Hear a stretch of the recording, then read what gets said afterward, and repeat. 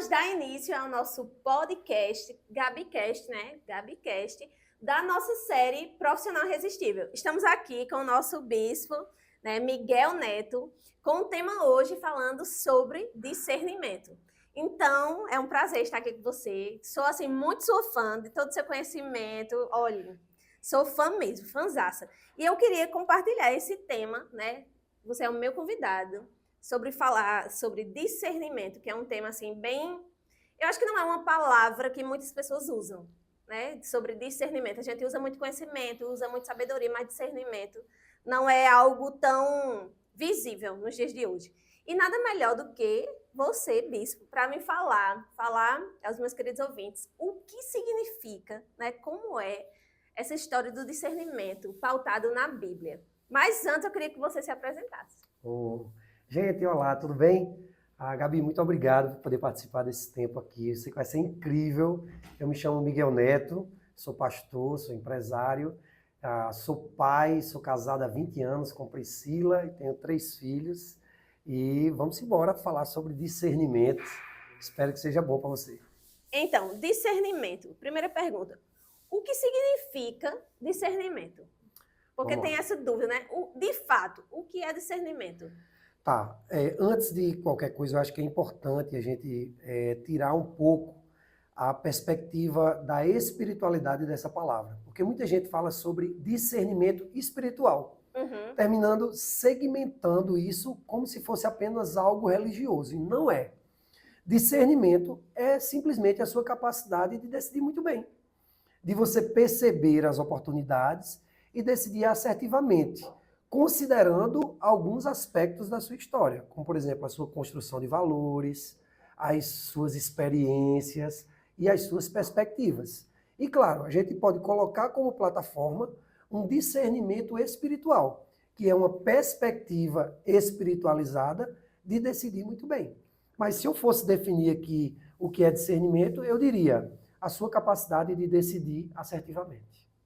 Ótimo. Então, vamos seguir esse princípio, né, que é decidir de forma assertiva, avaliando os pontos, né, os fatos, mais ou menos nesse sentido. Isso. E a minha pergunta é, como eu posso diariamente usar o discernimento na minha vida no amplo? Como é que eu posso chegar a dizer assim, eu tenho discernimento? Como é que eu posso chegar a esse ponto de achar que eu tenho discernimento ou não das coisas?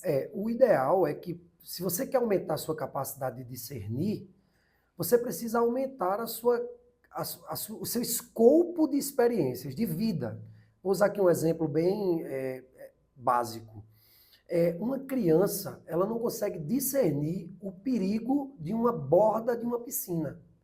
E, naturalmente, ela tem menos medo. Então, o medo, quem não tem medo é infantil.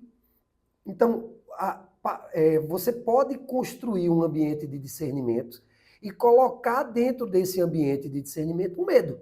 Por exemplo, eu vou por aquela rua, eu preciso discernir se ela é perigosa ou não. E o que é que me faz decidir se é perigosa ou não? É a minha capacidade de perceber riscos. Que vem de onde? Que vem das minhas experiências, que vem de uma construção de alguém que tenha me amedrontado ou me encorajado, que vem da minha perspectiva de fé, que vem daquilo que eu construí de valores. Então, tudo isso permeia a minha capacidade de discernir. Então, se eu aumento a minha experiência de vida, naturalmente eu tenho mais capacidade de decisão assertiva. Se você tem mais informação, naturalmente, você vai ter mais condição de decisão. Se você tem mais experiência, se você tem mais leitura, se você tem mais network, se você tem mais vida a partir de si, depois de si, você vai ter mais capacidade de decidir muito bem. Chegar a essa... O que eu falo muito, que eu brinco muito, eu tenho 17 anos de experiência profissional, né? Eu comecei a empreender aos 13 anos. Então, o que acontece? Eu vi que, juntando essas experiências na minha vida, eu hoje tenho um poder de discernimento maior profissionalmente. Sim. E o que acontece, que eu vejo com os profissionais atuais, muitas vezes eles fazem uma formação em busca de um emprego, e eu até brinco assim, e já quer chegar na janela. Né? Ele já chega na janela. Porque eu fiz, exemplo, TI, já quero chegar na empresa ganhando 4, 5, 6 mil, 7 mil reais, mas eu tenho zero experiência. Então, qual seria a jornada funcional para mim ter uma assertividade maior e um discernimento maior na minha vida profissional? Pronto, essa é uma excelente pergunta. Veja, eu diria que a primeira coisa que faz você aprender a ter uma capacidade de discernimento são as suas próprias falhas. Quando você tropeça, quando você se quebra em algo, quando você perde em alguma perspectiva, naturalmente, você está tendo uma oportunidade de entender. Eu agora sei que não é bem assim. Tem umas coisas interessantes na nossa vida, né? Por exemplo, abrir uma caixa de azeitona, abrir um copinho de azeitona, né? Você já passou por essa experiência? Que às vezes não abre de forma nenhuma. Não abre, né? E como é que você consegue abrir? Eu acho que tem uma manhãzinha, né? Disseram que tem uma manha, manhãzinha. Mas como é que você faz? Você vai precisar desenvolver. Então tem gente que pega uma faca, joga lá por dentro. Tem gente que... Mas tem um jeitinho que se você apertar, ela vai abrir. Então esse jogo é empírico. O fato, por exemplo, de ser pai. Onde é que você aprende algo? Quem te ensina a ser pai? É na hora que é. E olha que a pessoa pode escolher assistir todos os vídeos e ler todos os livros, mas não funciona muito. Não vai funcionar. Então, eu diria que a sua melhor capacidade de discernir está nas experiências em que você não discerniu. Parece louco. Mas as minhas maiores capacidades de perceber as próximas falhas, elas vieram das minhas incapacidades de perceber anteriormente. Aí eu tenho uma pergunta. E o que eu vejo ultimamente? Você falou que o discernimento vem das minhas falhas. Só que tem pessoas que querem ser perfeitas e não falhar. E às vezes tem tanto medo de falhar que nem querem fazer. Já se auto-sabota antes mesmo de fazer alguma coisa, já sabe que não está preparado e não faz. Uhum. O que a gente pode dizer para essas pessoas que elas têm medo de fazer e dar errado, por isso nem chegam a fazer? Eu julgo que quando alguém está paralisado na sua capacidade de decidir, é porque se rendeu à sua capacidade de discernir uma perspectiva positiva. Então, digamos que alguém empreendeu e quebrou, e deu errado. E aí essa pessoa empreendeu novamente, e deu errado novamente. O que é mais provável? É que ela não empreenda novamente. Porque ela tem um histórico para dizer, eu já empreendi 2 vezes e deu errado 2 vezes. Então ela pode dizer, eu não vou fazer mais isso. Mas ela também pode dizer, eu já sei como não fazer, porque deu errado 2 vezes, e agora eu posso tentar melhor. Então, que tipo de decisão a pessoa vai tomar? Não dá para dizer. O que eu posso te dizer é que alguém que acerta de primeira, isso não determina a sua capacidade de discernir riscos. Então, não me importa se uma pessoa... O discernimento não está relacionado ao sucesso. O discernimento é um caminho para o sucesso. Mas eu conheço pessoas que discernem muito bem, embora ainda estejam no processo de desenvolvimento para o sucesso, e eu conheço pessoas que não discernem muito bem e estão nesse sucesso fake, que talvez tenha sido projetado, mas ainda não esteja consolidado. Então, o discernimento, para mim, é muito mais uma ferramenta de consolidação de sucesso do que projeção para o sucesso. Então, alguém que nunca viveu uma experiência de sucesso e não quer passar pelo ambiente da derrota, ela já está demonstrando nesse ambiente que ela precisa investir no discernimento. Ela precisa entender que ela vai passar por frustrações. Você conhece alguém, Gabi? Eu sei que o entrevistado sou eu aqui, Não, mas pode você conhece. Mas você conhece alguém que tenha alcançado um nível de sucesso razoável, validado, referendado, que não tenha passado por frustrações que trouxeram a ela a capacidade de discernir as oportunidades melhores? Não consigo. Então, para mim, o discernimento é uma ferramenta não de projeção, mas de consolidação. Você quer um sucesso para apenas se projetar ou você quer para se consolidar? Se você quer estar consolidado no sucesso, você vai precisar investir em discernimento.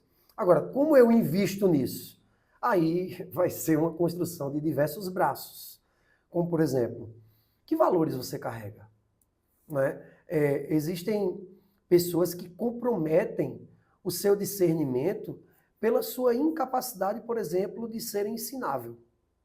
Então, eu diminuo a minha capacidade de discernir quando eu bloqueio a minha capacidade de escutar. Existem pessoas que estão tão cheias de si, estão tão cheias de orgulho, que estão tão certas de si mesmas e cheias de preconceitos que não aprendem com o outro. E, naturalmente, eu vou usar aqui uma frase do pastor Carlito Paz, diz, olha, se você quer construir algo grande, você não vai construir sozinho. Se você quer construir algo grande, você vai ter que construir com alguém. E se você não está aberto para que alguém te ensine, você está limitando a sua capacidade de discernir. Alguém vai precisar abrir seus olhos. Eu faço muitos treinamentos e às vezes recebo novos colaboradores. E eu acredito nesse tempo, né, de caminhada, que a pessoa mais difícil de ensinar é aquela que você vai ensinar, ela diz, não, isso eu já sei. Não, isso aqui eu já sei. É aquela pessoa que não está aberta a escutar. Isso. Porque já sabe de tudo. Não, Isso. já sei. Não, já sei. Não deixa nem a pessoa terminar de falar, né? É aquela, não, já sei. Ou então justifica. Não, mas é porque você não conhece a minha história de vida. Não, mas é Se porque vitimiza. isso aqui. Não, mas é porque aquilo ali. Não, é porque aquilo ali não deu certo. Olha, uma pessoa que quer aprender a discernir, ela precisa, em primeiro lugar, ser uma pessoa ensinável. Feedback recebido, gente, é feedback que se agradece. Você recebe, você processa e você coloca como um atributo da sua vida. Então, se você não sabe escutar, se você não sabe receber um feedback, se você não tem coragem, isso é importante, se você não tem coragem para chegar a pessoas de sua confiança e perguntar, por favor, me dê um feedback acerca da minha vida profissional, da minha postura como líder, e você escuta isso com bom grado, você está bloqueando a sua capacidade de discernir. Aí você chegou num ponto, em vários pontos. Primeiro, a questão das pessoas se vitimizarem. Né? De dizer assim, não porque de onde eu vim, não porque... E eu, no decorrer eu fui criada, né, por 2 adolescentes. Fui mãe dos meus irmãos, vamos dizer assim, porque acabou mãe tendo que trabalhar, meu irmão tendo que trabalhar, o pai tendo que trabalhar e eu cuidar dos meus irmãos. E foram vários fatores na minha vida, mas que se eu não tivesse passado por isso, ter responsabilidades e desafios, eu não seria a pessoa que eu sou. E muitas vezes a gente só olha o lado negativo do nosso passado, não olha assim, eu passei por isso, mas eu aprendi isso aqui. Eu passei por isso aqui, né? Exatamente, você aprender e não se vitimizar. Você se colocar num lugar que você aprendeu, que você modificou, que você está aqui porque passou por isso aqui. E não, eu sou um bichinho, eu sou um coitadinho, porque eu tenho isso, tenho aquilo outro. Essa sua realidade, sem dúvida alguma, ela catalisou a sua capacidade de discernir. Você precisou ver os riscos e as oportunidades muito antes do que naturalmente você veria. Então, essa sua realidade, por mais difícil que seja, e hoje é um exemplo de sucesso, mas na época que você passou, talvez tenha sido um ambiente de extremo desafio. Sim. Isso, sem dúvida alguma, acelerou a sua capacidade de discernir. E isso é lindo.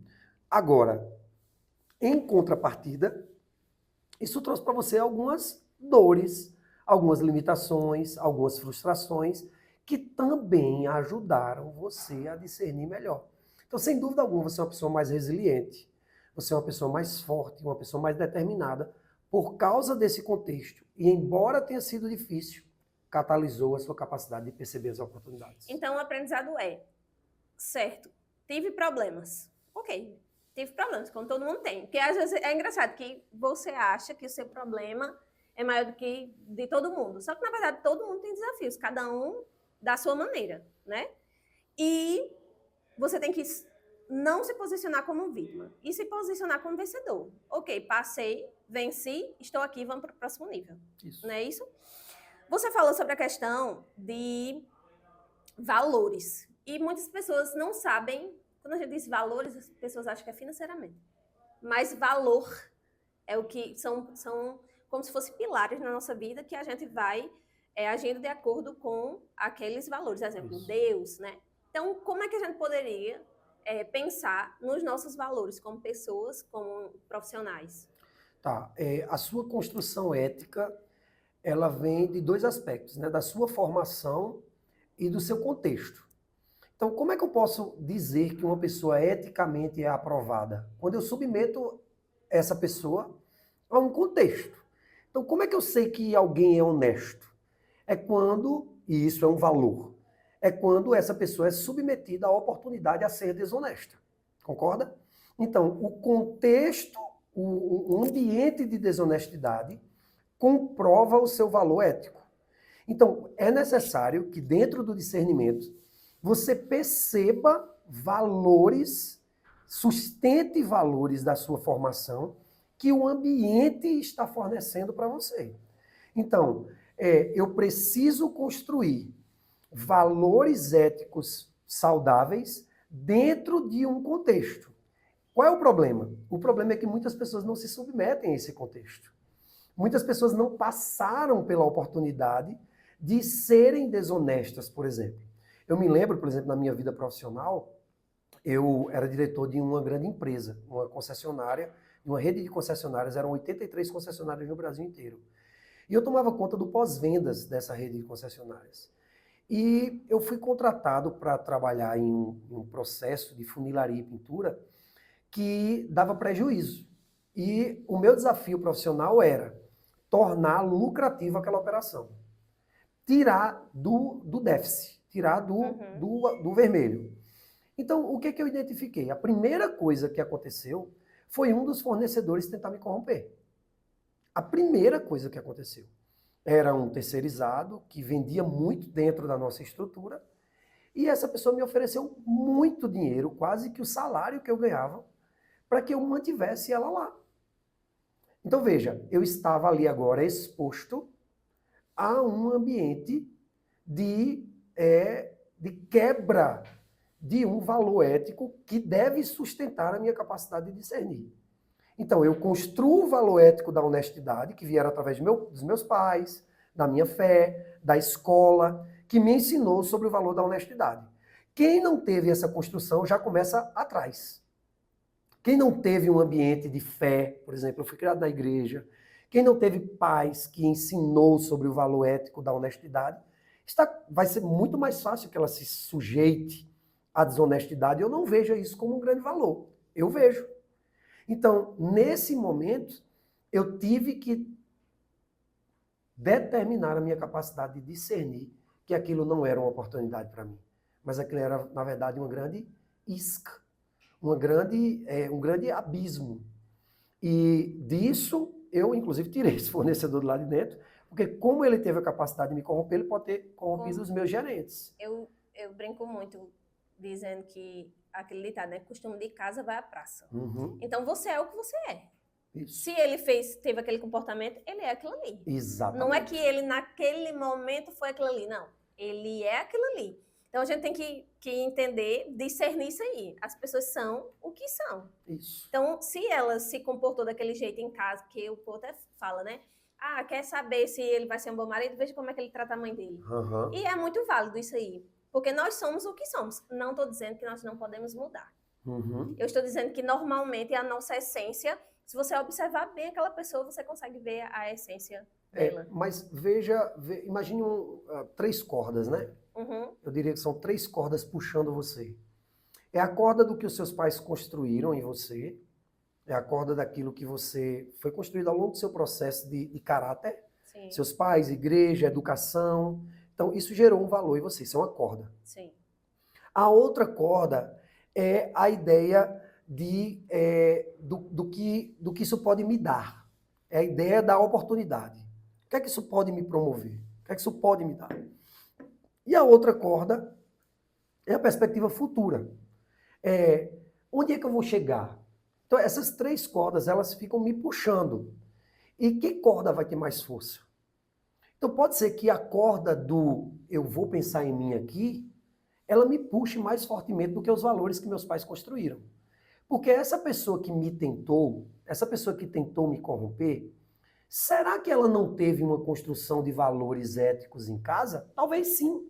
Mas a corda que puxou ela foi a corda de dizer: eu preciso corromper esse cara para eu poder permanecer lá. Essa é a linguagem que gere esse ambiente. Então, vou citar aqui um exemplo. O ambiente da política. É um ambiente que nós naturalmente já percebemos como um ambiente que eticamente está corrompido. Não é verdade? No senso comum, as pessoas já brincam pejorativamente sobre a perspectiva de que a política está corrompida eticamente. E aí, o que é que nós fazemos com isso? Nós deixamos nos puxar por essa corda, ou nos isentamos, ou entramos para uma nova perspectiva, para um novo posicionamento. Isso é para tudo. Isso é para todo lugar. Escolhas, Entendeu? né? São escolhas. São escolhas. E para discernir as coisas, automaticamente, a partir do momento que você tem o discernimento, você vai ter que fazer uma escolha. É. Agora, para um cristão, e aqui agora eu vou encaixar essa ideia, para o cristão ele tem uma outra corda, que é a corda da promessa, né? Que são os valores de Cristo, os valores de Jesus. Então, além das cordas da nossa formação, das oportunidades e do futuro, a gente ainda tem a corda das Escrituras Sagradas. Essa corda, ela nos puxa muito ou não, né? Que corda puxa você? Isso é discernimento, é eu parar e dizer, para onde eu estou sendo puxado? Que corda vai me lançar aqui agora? Diante de cada decisão. Nós tomamos muitas decisões diariamente. E cada decisão requer um nível de discernimento. E cada discernimento que está proposta para você, inevitavelmente vai puxar você uma construção dos seus valores de casa, vai puxar as oportunidades ou os riscos. Você já viu uma ferramenta, você conhece muito bem, a ferramenta da análise SWOT. Sim. A ferramenta da análise SWOT, o que é? É uma percepção de que oportunidades ou ameaças. Isso é um exercício de quê? De discernimento, gente. Isso é um exercício de discernimento, onde eu preciso ver o ponto alto e os meus pontos fracos, os meus pontos fortes, as oportunidades do ambiente externo, as ameaças do ambiente externo. Isso é um exercício de discernimento. Então, discernir basicamente você tem uma situação na sua frente. Vou colocar pela análise SWOT. Então, eu vejo qual é a força daquilo ali, qual a fraqueza daquilo ali, Isso. qual a oportunidade e qual a ameaça. Isso. Então, eu faço a análise e faço uma escolha. Na análise SWOT, os pontos fortes e os pontos fracos estão relacionados a mim. Sim. Então, eu sou casado. E qual é o princípio ético de uma pessoa casada? A fidelidade. Você concorda? Sim. Qualquer pessoa casada, ela deve ser fiel ao seu cônjuge. Então, esse é um valor ético, moral, que foi construído pelos meus pais, pela minha fé, e que me trouxe a esse ponto. Eu preciso ser fiel. Agora, eu estou ali com uma menina me dando uma cantada, me dando uma oportunidade. Opa, eu agora preciso discernir. E ver que isso aqui, moralmente, é ilícito. Sim. Que força eu tenho para decidir assertivamente com relação a essa proposta? Eu preciso puxar o meu valor de casa, essa oportunidade, que eu posso simplesmente dizer, sabe uma coisa, eu vou esquecer tudo que eu aprendi, eu vou esquecer tudo que as escrituras dizem para mim, trazendo para o lado do discernimento espiritual, e sabe uma coisa, eu vou adulterar. Pronto, então eu discerni mal. Porque a corda que me sustenta para o padrão ético não foi suficientemente forte para me sustentar assertivamente. Ou talvez alguém que tem um desejo muito grande de sucesso se venda e quebre os princípios éticos de sua formação em detrimento de uma oportunidade. Pagar qualquer preço para ter aquilo ali. Isso. E aí, o que é que acontece? Ela discerniu mal. E não me importa se ela ganhou com isso. E eu acredito o seguinte, por muito tempo de experiência que eu tenho assim como empresa, você falou sobre consolidação e não projeção, né? Isso. Eu acredito que inicialmente, se a gente for falar pela uma carreira profissional, a primeira coisa que a gente pensa é em se projetar, né? Em se jogar, chegar em algum canto. E a gente pode até aceitar, exemplo, menos do que o salário, para que a gente tenha essa projeção. A gente pode começar como um estagiário, mas a partir do momento que eu vou juntando experiências, vou obtendo know-how, não é isso? Eu vou buscar agora uma consolidação. Certo. E a partir do momento que eu vou buscar uma consolidação, eu vou ver, não vou me juntar com todo mundo, ou quer dizer, eu vou aceitar qualquer empresa, vou aceitar a empresa que tem valores parecidos com os meus, né? Primeira coisa. Depois eu vou ver se aquele ambiente é funcional para mim, se eu vou crescer ali. Mas tudo isso aí, se eu não tiver um bom discernimento, eu não vou conseguir me consolidar como profissional. Não é mais ou menos isso? É isso. É isso mesmo. Só que quantos fatores são esses? Muitos. A gente não consegue aqui mensurar, porque cada Muitos. pessoa vai ter um N, um X de questões para definir isso. Então isso é subjetivo. Eu gosto de um exemplo que eu gosto de contar muito. Imagine que você está contratando alguém. Sim. Certo? E você vai contratar uma pessoa para trabalhar na sua casa. E eu tenho uma pessoa maravilhosa para você, Gabi. Olha, ela limpa a sua casa na metade do tempo do que qualquer pessoa faz. Ela é rápida. Eu tenho essa funcionária. E eu vou colocar ela na sua mão. Olha, ela, além de ser muito rápida, ela faz pela metade do preço. Olha que oportunidade você está tendo. Alguma coisa errada tem aí. Não tem, olha. Ela é rápida, ela faz na metade do tempo e ela faz na metade do preço. Só tem um problema. Que também não é um problema assim, tão grande. Ela mexe nas suas coisas. Se você deixar lá um dinheiro fácil, ou uma joia, ela vai levar na sua casa. Mas isso é besteira, sabe? Ela faz muito rápido o serviço.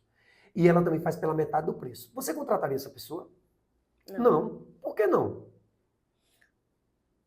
Porque para você, honestidade é um valor fundamental. Inquestionável. E não inegociável. importa a produtividade dela. Faz sentido isso? Então, a sua produtividade, ela pode até te projetar. Mas o que vai te sustentar são valores como o da honestidade.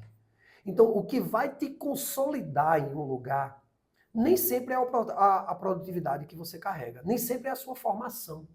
Mas os seus valores éticos. Você está me dizendo que você vai contratar a pessoa muito mais pelo valor da honestidade do que pela sua capacidade de produção. Então, esse é um discernimento que nós precisamos.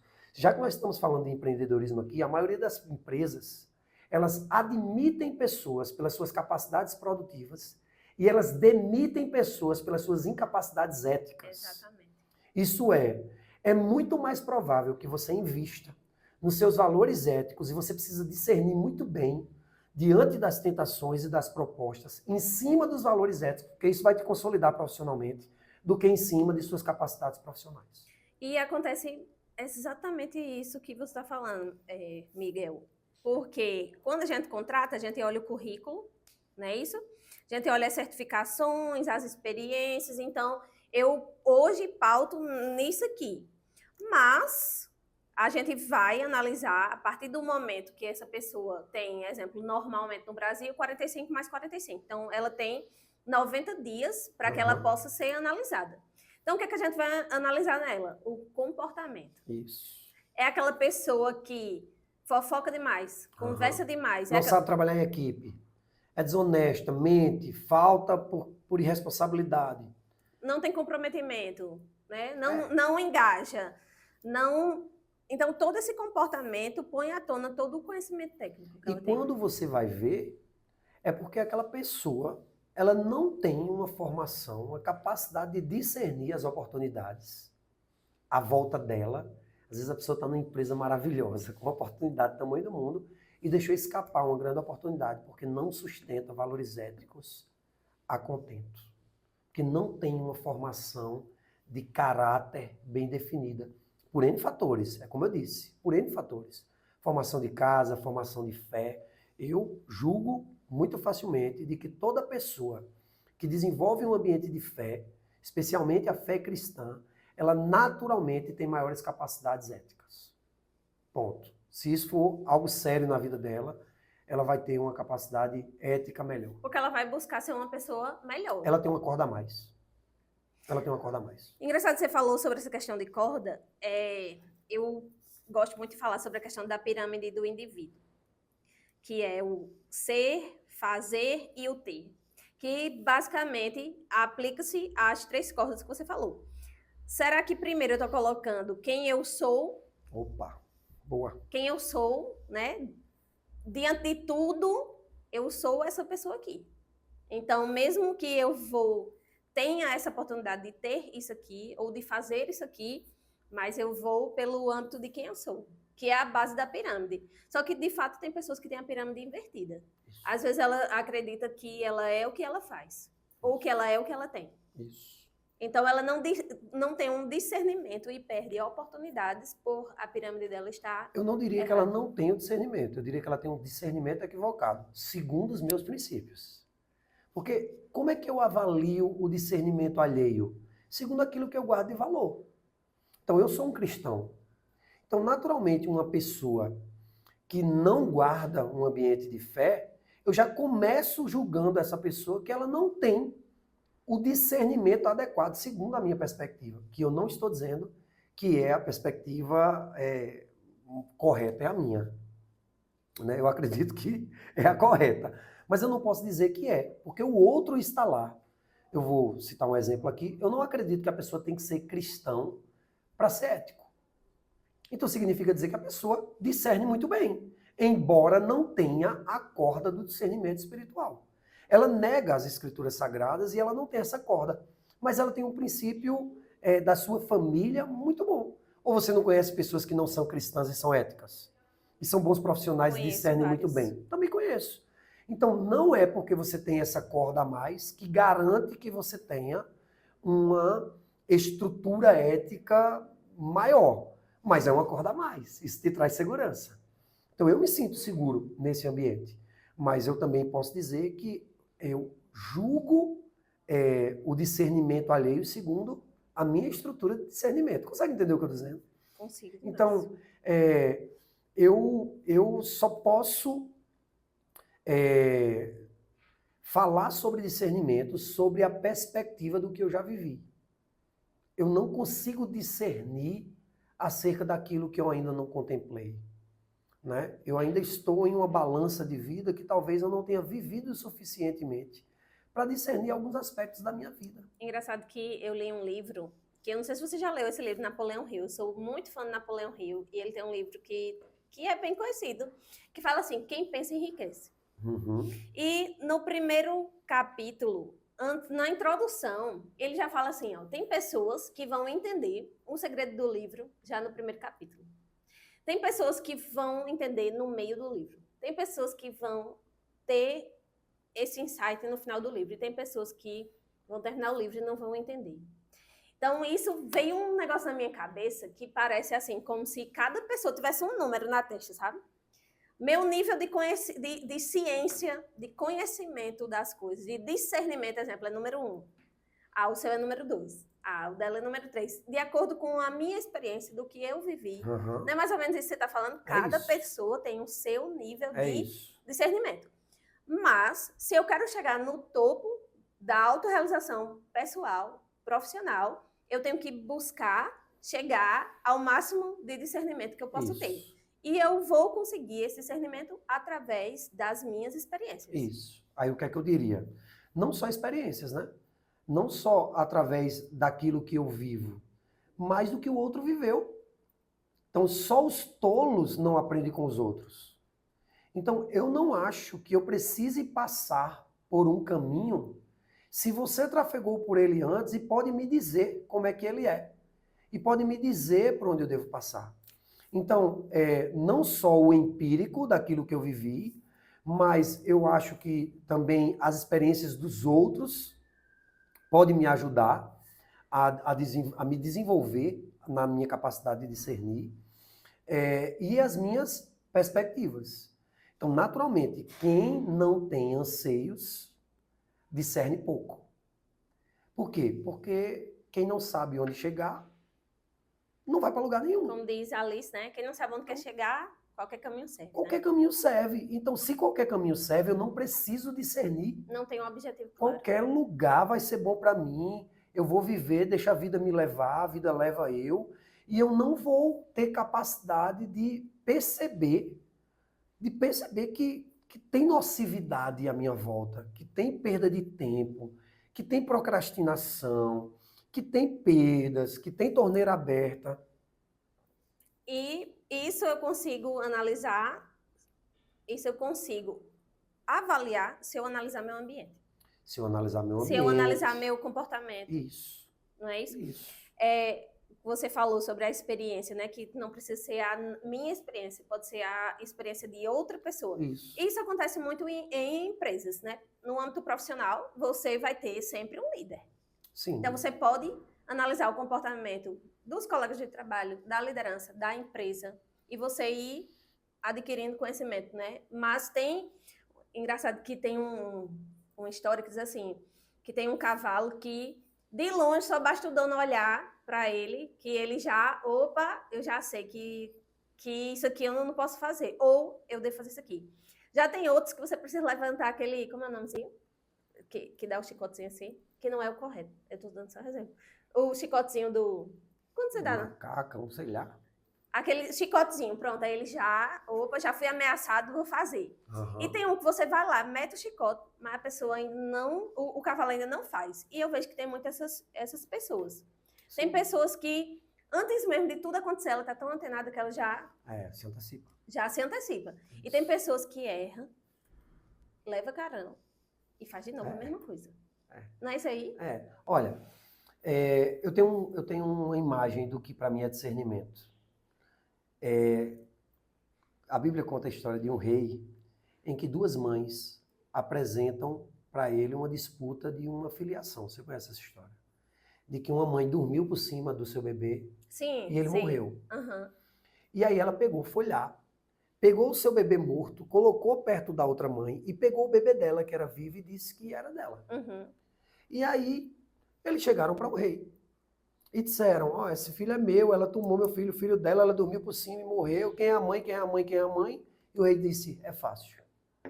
É fácil. Faz o seguinte, pega o menino e parte no meio. Dá um pedaço para um e dá um pedaço para outro. Veja, isso parece algo que aos olhos do discernimento é absurdo. Uhum. Mas olha o nível de experiência que esse homem que julgava tinha. Aos nossos olhos, ele diz que é absurdo cortar uma criança no meio. Né? Para quem não tem uma experiência... E aquela que não era a mãe caiu no truque muito fácil. Uhum. Porque ela disse, corta mesmo. Mas a que era mãe realmente disse, não, faz o seguinte, deixa com ela.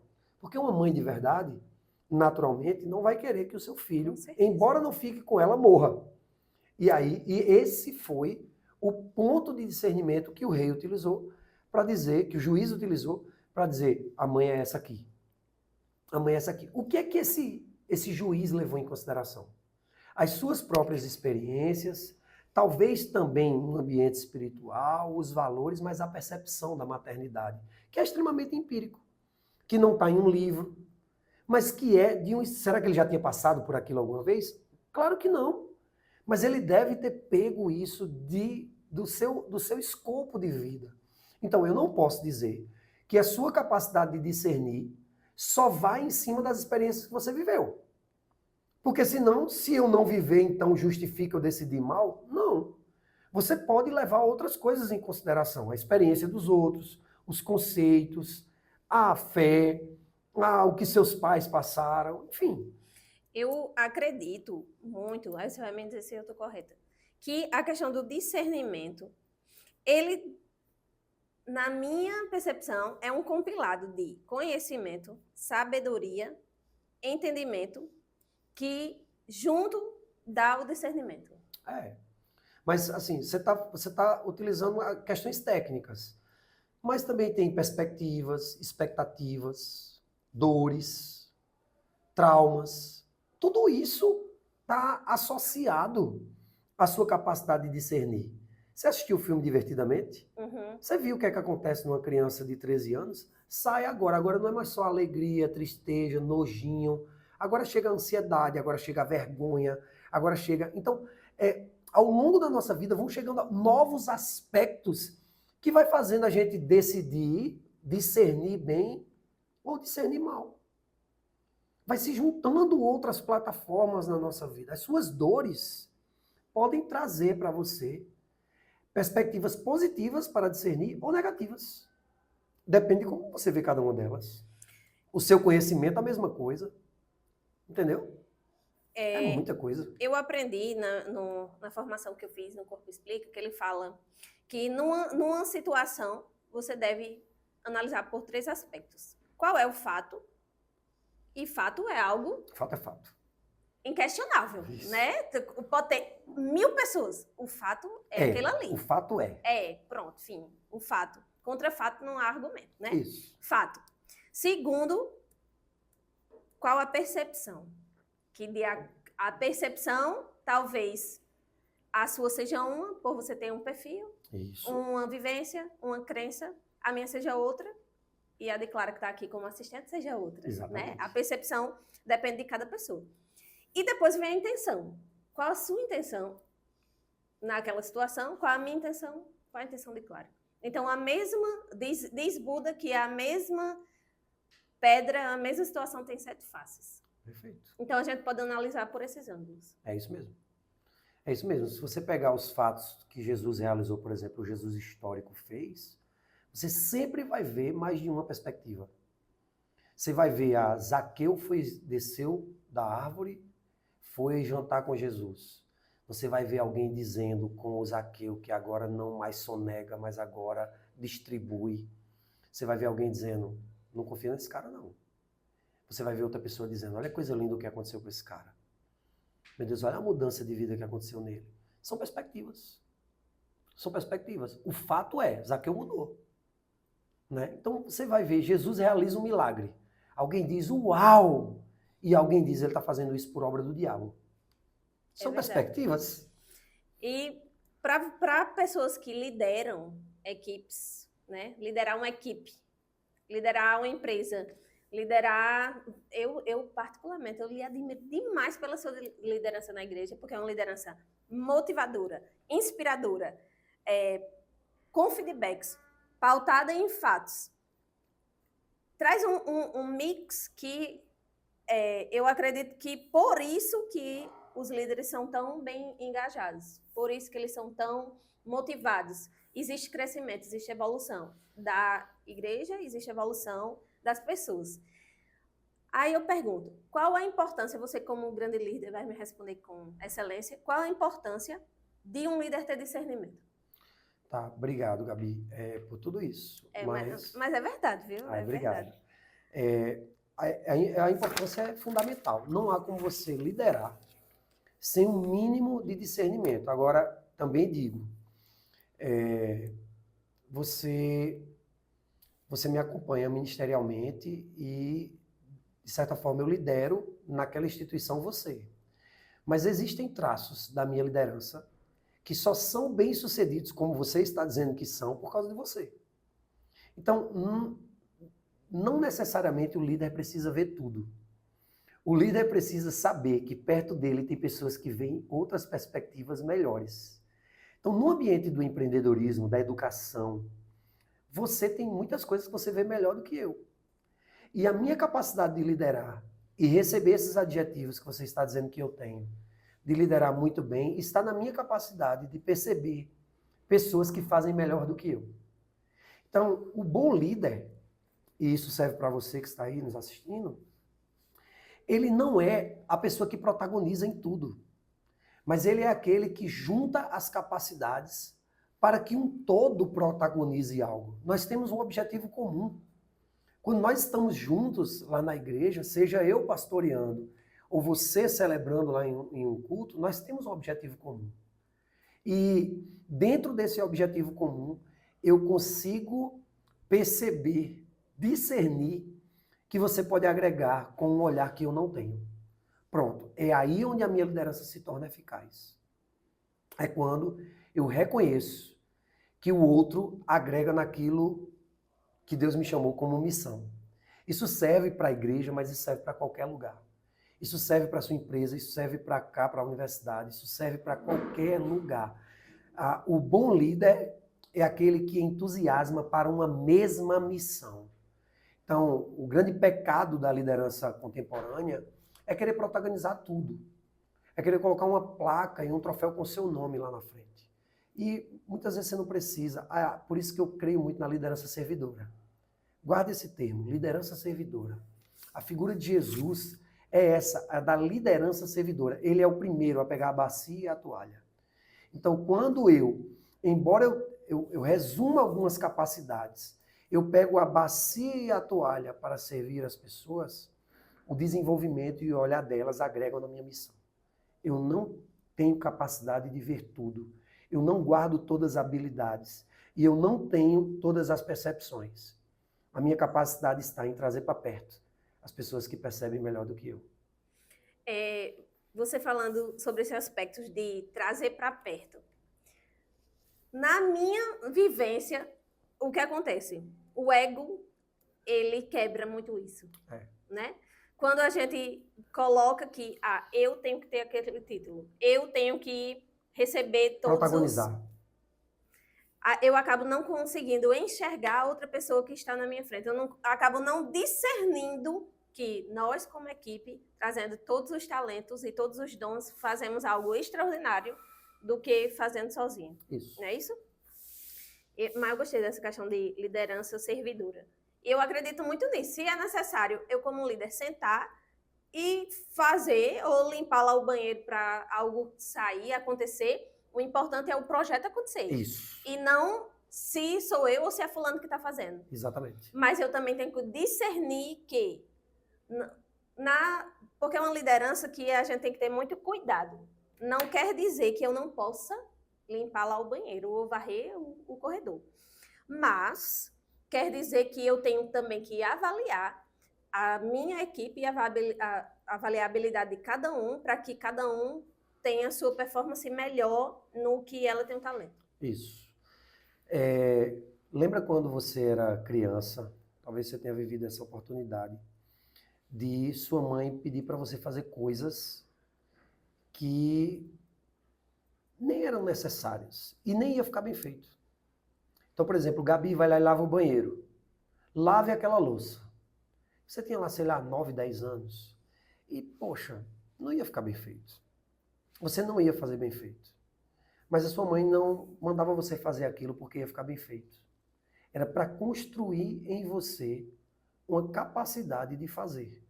Então, ela não quer que você seja uma exímia lavadora de pratos, a melhor lavadora de pratos da história da família. Ninguém nunca se orgulhou de dizer assim, eu lavo tantos pratos por minuto. Não é sobre isso. É verdade. Não é sobre isso. É sobre o necessário. É sobre sua capacidade de fazer. Eu acho feio alguém que não sabe lavar prato. Ponto. É o básico. Oi? É o básico. É o básico. E não importa se você vai precisar. E tomara que você nunca precise. Mas eu acho que é uma coisa que você precisa fazer. Porque isso vai te dar escopo de gerenciar. Até a pessoa que vai trabalhar na sua casa. Eu acredito muito sobre essa questão, né? Que para mim subir de cargo, eu preciso saber o que aquela pessoa que eu estou liderando faz. E outra, se você é um supervisor, exemplo, você é um supervisor. O seu liderado não pôde vir, a responsabilidade é sua do serviço continuar. Então eu tenho que saber o meu e o dele. Aí eu subi, eu tenho que saber o meu, o dele e o dele. Eu tenho muito na minha cabeça essa frase que a quem muito é dado, muito é cobrado. Uhum. No sentido de, eu quero subir de cargo, beleza, eu subo. Eu vou ter que aprender o meu novo setor e ter entendimento do setor de baixo. E assim sucessivamente. Eu, profissionalmente, eu tenho uma máxima, né? Todo mundo quer crescer profissionalmente, né? Então, o que é que eu fazia para crescer? Eu ensinava quem estava embaixo. E tem gente que tem esse medo. Tem medo, e isso é um discernimento equivocado. Se você quer crescer, a melhor maneira de você crescer é você preparar alguém para o teu lugar. Isso é verdade. Eu brinco que é uma cria, né? Eu digo, crie uma cria sua. Porque para mim crescer profissionalmente, eu tive que criar crias, né? Eu tive que fazer pessoas que substituíssem. Pronto, eu sei fazer isso aqui. Pronto, eu vou ensinar fulano, porque aí eu já vou aprender nova habilidade. Isso. Todas as empresas que eu trabalhei, todas as empresas, foram 17 anos empregados em uma rede privada. Todas as empresas, foram 5 empresas que eu passei. Todas elas, eu desenvolvi cargo de gerência. E nesses cargos de gerência, todas que eu saí, eu deixei alguém da minha equipe no meu lugar. Uma empresa nunca precisou contratar alguém de fora. Eu estava habilitado para ir para uma nova função e para uma nova oportunidade, porque a primeira coisa que eu fazia era desenvolver uma habilidade. Antes de começarmos esse podcast, a gente estava falando sobre isso. Você está dizendo, bispo, se eu fiz falta na igreja domingo, eu não estava lá, veja, é uma construção. Então, não dá para, se eu morrer hoje, você ficar... Foi isso que eu estava dizendo hoje nessa reunião. Na reunião, antes de você chegar. Se eu morrer hoje, o serviço não vai ter que ser feito? Isso. Pronto, então tem que se levantar um líder. Se desenvolve sem mim. Exatamente, exatamente. Então, eu acredito que é uma crença que se eu ensinar alguém, vai me substituir. Mas, vamos para o pulo do gato, como diz o povo, o pulo do gato. Eu ensinei a fulano o que eu sei. Mas eu vou criar uma nova habilidade para mim, para outro setor.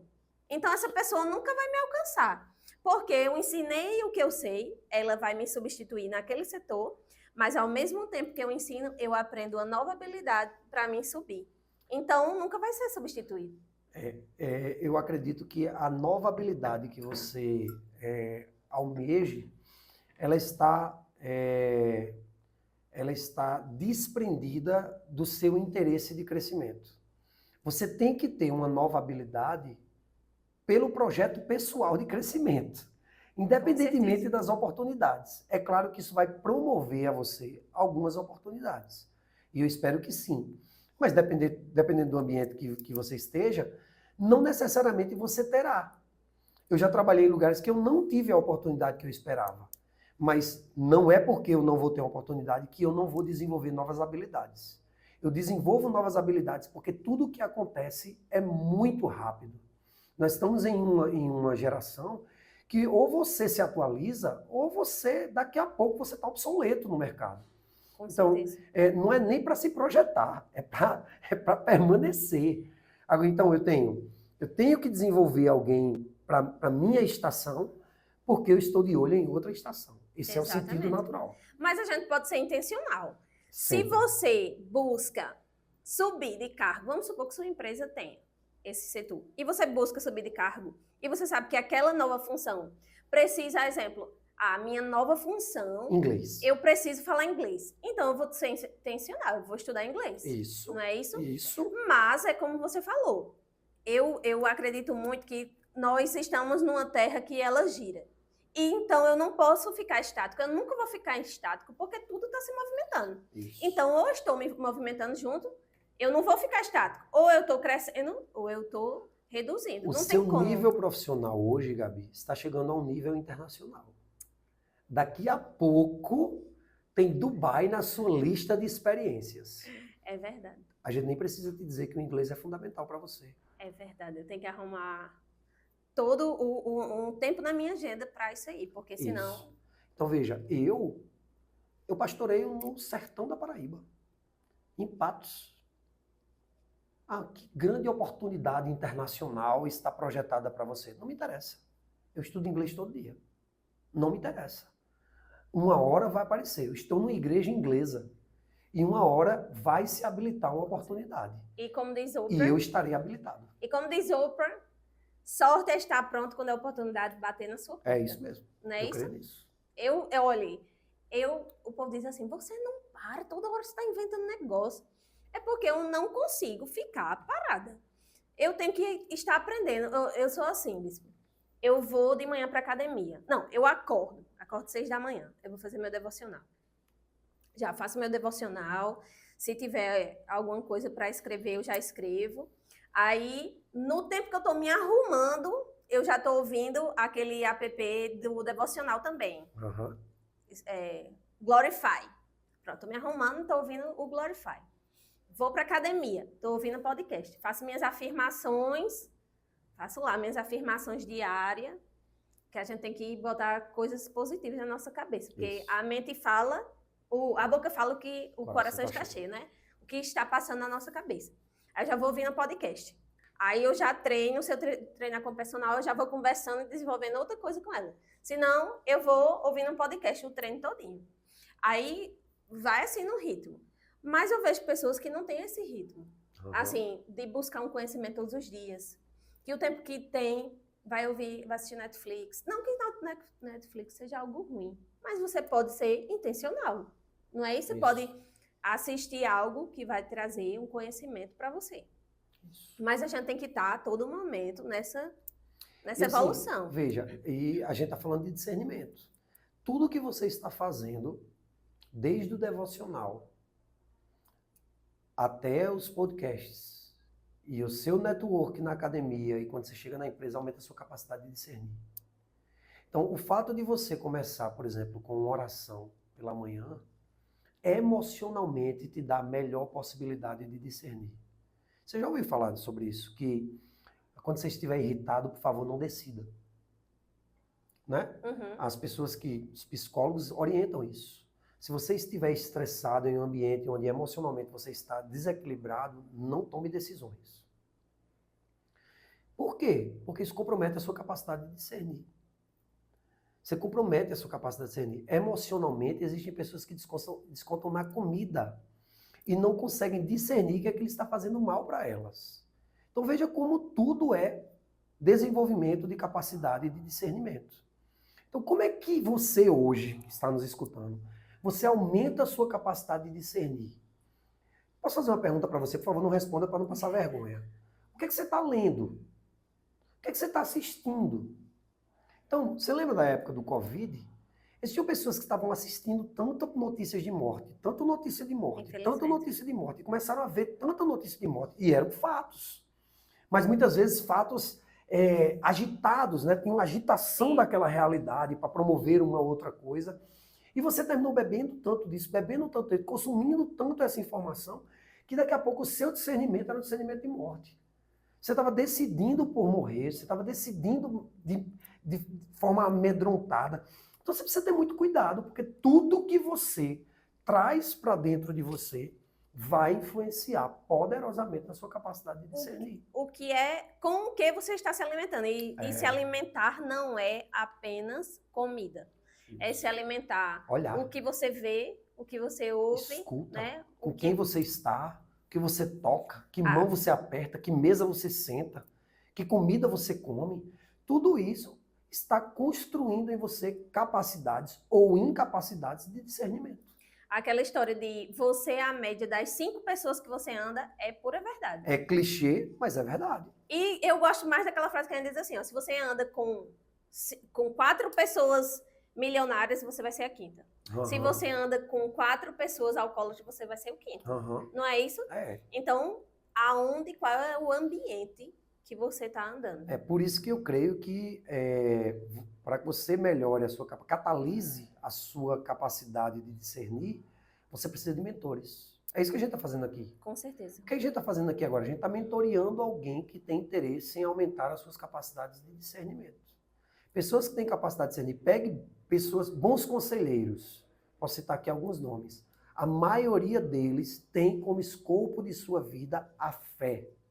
Especialmente a fé cristã. Se você não tem, desculpa, você está perdendo uma corda de se agarrar a ela para poder discernir melhor. A Bíblia diz assim, aqui eu vou aproveitar para pregar, eu sou pastora. A Bíblia diz assim, ó, o princípio da sabedoria é o temor a Deus. O princípio da sabedoria, Provérbios 9 e 10, se eu não me engano.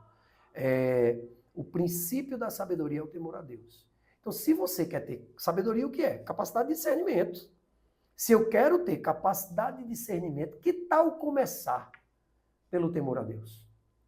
Se banhando em palavras que são poderosas, que ajustam as minhas emoções, o meu olhar. Então isso é bom.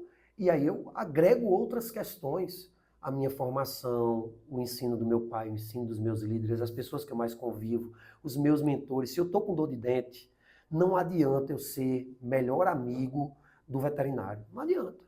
Eu tenho que ser melhor amigo de um dentista.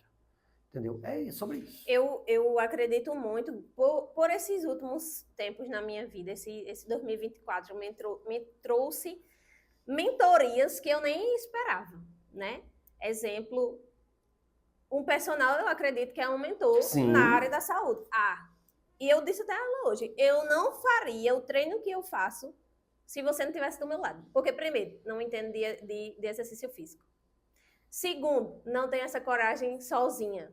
Terceiro, querendo ou não, é um comprometimento meu com ela, ela tá lá me esperando, eu vou estar lá. Então, às vezes, eu não faço por mim, mas eu faço pela pessoa que tá lá me esperando. Então, o mentor, uma pessoa que está lhe auxiliando, ela vai lhe instigar, vai lhe direcionar, vai lhe motivar para fazer aquilo ali. Aí, outra mentoria que eu tenho pessoal, que já trabalha assim, meu perfil, minhas crenças, minha vivência, o que me bloqueia, o que de fato está me segurando para não avançar, né? Que é Tati, que inclusive ela vai estar no podcast também. Depois, minha outra mentora, que é Maiara, que está me ajudando com todo esse projeto para um desenvolvimento profissional. E você que apareceu na minha vida como meu mentor espiritual, que está aqui comigo no podcast, e eu acredito assim que são pessoas essenciais na minha vida, em cada área da minha vida. A gente não deve categorizar a área da vida, né? Temos uma vida de forma global, mas é sistêmica, né? Então, a gente tem que buscar, exemplo, claro que se eu treinar com você, a gente vai fazer um treino, mas não é a mesma coisa de um treino de uma pessoa que estuda isso aí. Isso, né? claro. A mesma coisa que, eu posso falar do espiritual com um dos meus mentores, posso, mas nenhum vai me dar o melhor discernimento, o direcionamento como você que é especialista nessa área. Então, eu vejo muito as pessoas buscando uma mentoria, uma resposta, um direcionamento de pessoas que não têm a capacidade para aquilo ali. Uhum. Então, a gente deve buscar, exemplo, se você quer falar de finanças, fale com pessoa que tem resultado em finanças. Quer falar sobre espiritual, fale com pessoa que tem resultado Até para definir quem vai te trazer discernimento em uma área, você precisa de discernimento. É verdade, tá vendo? Olha como o discernimento é básico na estrutura humana. Você precisa discernir quem você vai colocar na sua vida para te ensinar a discernir. Se não fosse trágico, era como. Mas é verdade, porque se você busca conselhos de quem nunca construiu nada, aquela pessoa está no fundo do poço e vai lhe levar para lá. É isso mesmo. Porque às vezes, meu grande amigo, maravilhoso, sabe tudo de finanças, me ajuda nas finanças. Aí no casamento, diz assim, não, me deixe isso para lá, vamos jogar futebol, vamos... Não é? É isso mesmo. Aí ele é muito bom, está levando para o caminho certo nas finanças, ele está ali tirando do caminho do conjugal, não é isso? É isso mesmo. Volta à história das cordinhas, né? Volta à história das cordinhas. Então, alguma coisa a acrescentar, senhor Miguel Neto, sobre discernimento para a gente? Só agradecer demais por esse tempo que traz, né? Às vezes a gente está num ambiente de segurança tão forte naquilo que a gente está fazendo. Gabi, você é uma mulher tão segura de si naquilo que se propõe a fazer, que às vezes isso nos coloca no risco na capacidade de discernir. Você sabe qual é o maior risco? É a nossa autossuficiência. É verdade. Né? Então, a nossa autossuficiência, a nossa capacidade, as nossas capacidades de estar em um lugar, veja quantas palavras, quantos adjetivos você lançou sobre mim. E eu agradeço por eles. Mas eu não posso deixar que eles tomem um lugar que não rola. Porque isso pode me levar a um ambiente de autossuficiência, de que isso vai quebrar a minha capacidade de discernir. O discernimento é algo muito volúvel. Você precisa sempre entender que precisa dele. E você já viu algumas pessoas que, mediante um sucesso no senso comum da palavra, perderam a sua capacidade de discernir. Então, hoje a realidade que a gente tem, por exemplo, de alguém que tem sucesso no futebol, é alguém que não consegue discernir as suas... a necessidade de cumprir lei. Então, a gente tem jogador de futebol que estão com a conta milionária, que são grandes nomes no meio internacional, mas estão presos. Por quê? Porque a autossuficiência, ela derruba a sua capacidade de discernir. Então, tá lá, a pessoa tem uma história brilhante no futebol, mas agora está preso, porque perdeu a sua capacidade de discernir valores morais. Que isso não aconteça com você. que pauta exatamente no sentido de valores, discernimento, conhecimento, sabedoria, tirar o ego e tirar a autossuficiência. Por muito que vem um pouco da minha história sobre autossuficiência para a gente finalizar o podcast. Por muito tempo, eu tive que ser autossuficiente na minha infância. Porque como eu era filha mais velha, eu tinha que cuidar dos meus 3 irmãos mais novos. Meus pais não estavam presentes. E quando estavam presentes, eu não era o principal foco da casa. Porque, sabe aquela história assim? Não, ela é mais velha, ela já sabe de se virar. Vou cuidar do mais novo que não. Então, acabou eu criando um muro de autossuficiência, até mesmo para me proteger. Inclusive, tem um livro que fala muito bem sobre isso, que é Raízes da Rejeição, de Joyce Meyer. Não sei se você já leu. Conheço, sim. Então, fala que dos frutos, né, da rejeição é a autossuficiência. Sim. Então, criei uma autossuficiência, uma redoma que eu sozinha era suficiente. Eu fazia tudo só. E é bom, mas é ruim. Como é que, para mim, é bom, eu consigo fazer minhas coisas só? Tá certo. E o social? E o conjugal? O que me quebrou, assim, de lapada, assim, pá, foi o conjugal. Por muito tempo, nos meus relacionamentos, eu vivia nessa redoma, assim, nessa minha muralha de autossuficiência. Não quer, não? Quer viajar comigo? Quer, não? Não tem problema, não. Eu sou autossuficiente, eu faço tudo só. E fui nessa vibe. Quando eu me encontrei com o Roger, que quando eu falei isso aí, ele bateu de frente comigo. Aí o Espírito Santo, Deus já veio trabalhar isso aí. Olha a cordinha do discernimento espiritual. Veio, ó. Quem não tem essa corda, começa perdendo. Então ele veio assim, não é esse caminho não. Não vai por aí não. Vamos diminuir. Aí fui ler o livro da Raiz da Rejeição. Vi algumas palestras de Paulo Vieira, que é um dos meus mentores de formação. Então, eu comecei a escutar, né, a me alimentar de informações sobre isso aí. Eu reconheci que eu tinha isso, a autossuficiência. Fui buscar como trabalhar minha autossuficiência. Não quer dizer que eu indo buscar e tudo mais, eu não vá sofrer para retirar essa muralha. Se eu sofri para colocá-la, eu vou sofrer para tirá-la. De vez em quando, caio nessa autossuficiência. Aí, vamos voltar por aqui. Mas eu acho que é isso aí. A nossa construção do nosso eu, né, não foi construído 100% com excelência. Sim, então, a gente vai por esse caminho, assim, enxergo minha falha, busco como trabalhar minha falha e vou trabalhando ela todos os dias. Mas foi necessário que eu trabalhasse essa minha autossuficiência para que eu tivesse um relacionamento. Mas foi uma escolha dizer assim, eu quero ficar o resto da minha vida com esta pessoa. É uma escolha minha. Eu quero ter um bom relacionamento. Outra escolha minha. Mas para isso eu tenho que fazer isso aqui. A autossuficiência não é algo que se sustenta por muito tempo.